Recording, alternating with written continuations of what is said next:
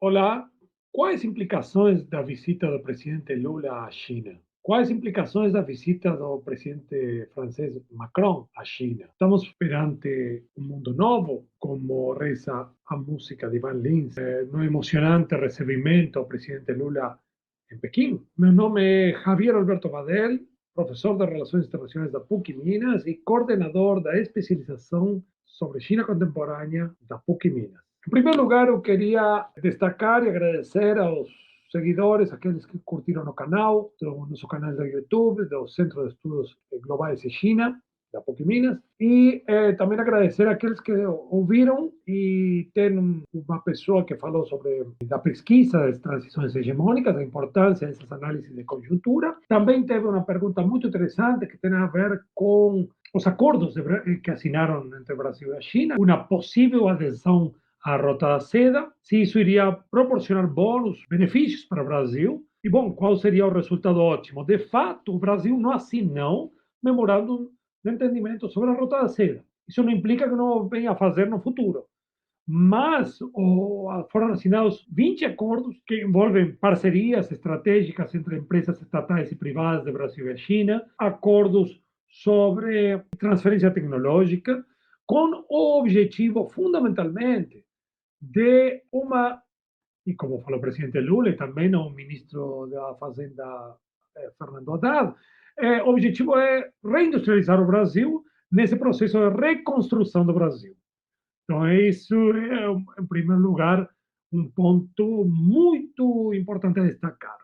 Outro ponto a destacar foi o presidente Lula, no discurso em Xangai, no novo Banco de Desenvolvimento, participando da posse da ex-presidente Dilma como presidente do novo Banco de Desenvolvimento, o Banco dos BRICS. Foi interessante, ele atacou a supremacia do dólar, se perguntando qual é a razão países usarem só o dólar. Isso acho que teve uma repercussão negativa na mídia internacional.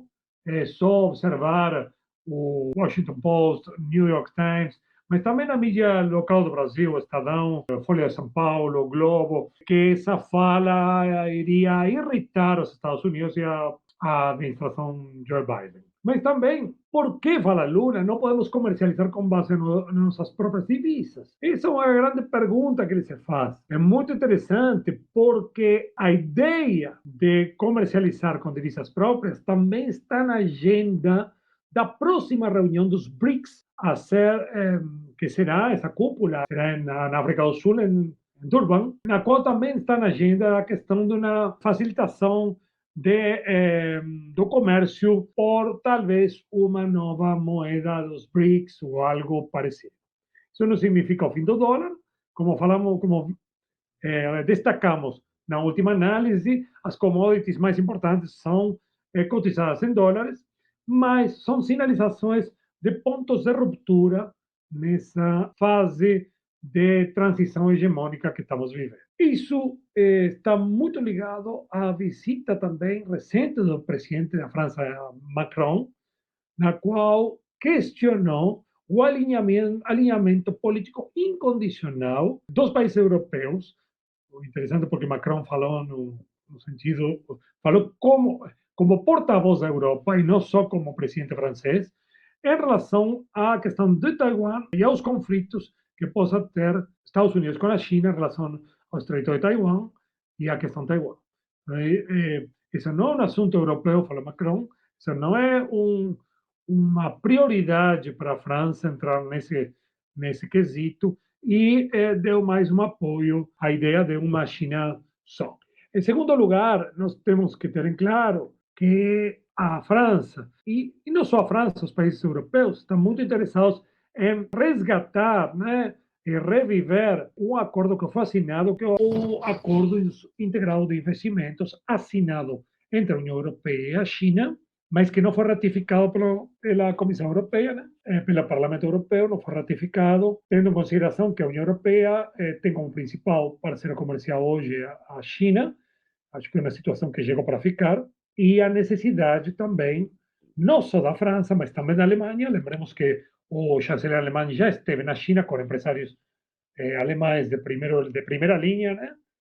E os investimentos da Europa estão crescendo na Alemanha, então há uma intenção nesse sentido, na questão econômica, de manter esse vínculo por parte da Alemanha, temporizar em alguma medida essa narrativa de Guerra Fria que Estados Unidos está impondo na sua relação com a China. E no caso do presidente Macron foi bem claro, eles não vão se alinhar de maneira automática aos Estados Unidos, e menos ainda na questão de Taiwan. Lembremos que isso irritou muito a mídia ocidental, The Economist, Washington Post, Financial Times, etc. A mídia em geral ficou muito irritada com o erro de Macron, exatamente assim foi noticiado pelo The Economist. A viagem do Macron e von der Leyen e o presidente Lula é mais um aspecto visível do iceberg, se poderia falar, de um processo muito mais complexo e mais amplo. Nos últimos meses, nas últimas semanas, teve a visita do chanceler alemão, do presidente do governo espanhol, Sánchez, mas também, que foi pouco noticiado, o primeiro-ministro da Malásia, que foi recebido pelo chanceler chinês Li Qiang, que também recebeu, na mesma época que Lula estava, o presidente Lula estava em Pequim, o chanceler recebeu a ministra de Relações Exteriores alemã, Annalena Baerbock, que de uma forma infeliz se apresentou como uma espécie de porta-voz dos Estados Unidos, não de maneira oficial, mas dando, inclusive, irritando as autoridades chinesas, porque chegou com um discurso claramente bastante confrontacionista.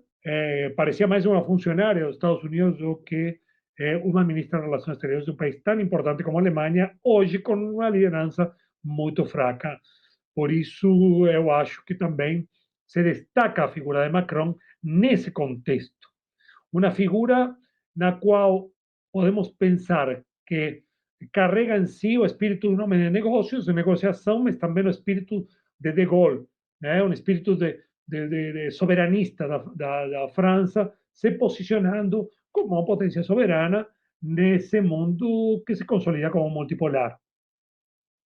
Então, o que estamos observando nesse processo é basicamente a China sendo um ponto focal da diplomacia global. E isso, logicamente, que é um aspecto da globalização com características chinesas que nós estamos observando. Para finalizar nossa análise, sem ir a alguns detalhes muito interessantes dos acordos do Brasil e China, que podemos deixar para perguntas depois para analisar um a um, porque nossa ideia é ser objetivo nessa análise. Uma matéria interessante do Financial Times que fala que o Ocidente caiu nas armadilhas da ilusão do desacoplamento. Em que medida isso? Na medida em que esse processo que a mídia está noticiando há muito tempo como desglobalização ou desacoplamento está se apresentando como uma grande ilusão. O que nós estamos observando a partir dessa conjuntura complexa é um processo muito mais complexo de mudança estrutural, na qual a China surge como um centro da economia global, como um ponto focal da diplomacia global, evidenciado pelas últimas visitas, mas também uma complexidade a partir da liderança tecnológica e das cadeias globais de valor. Fundamentalmente, o que fala essa excelente matéria do Financial Times? O Ocidente está nas garras da ilusão do desacoplamento, que em alguma medida confirma a tese nossa de globalização com características chinesas. Desde Donald Trump se tentou trasladar produção da China para países amigos ou para o Ocidente. Isso se batizou como friend shoring, trasladar partes de empresas em países aliados, coisa que aconteceu com Vietnã, com Malásia, com Tailândia. Mas o que aconteceu? Aconteceu o resultado invertido do que se pregava ou que se queria.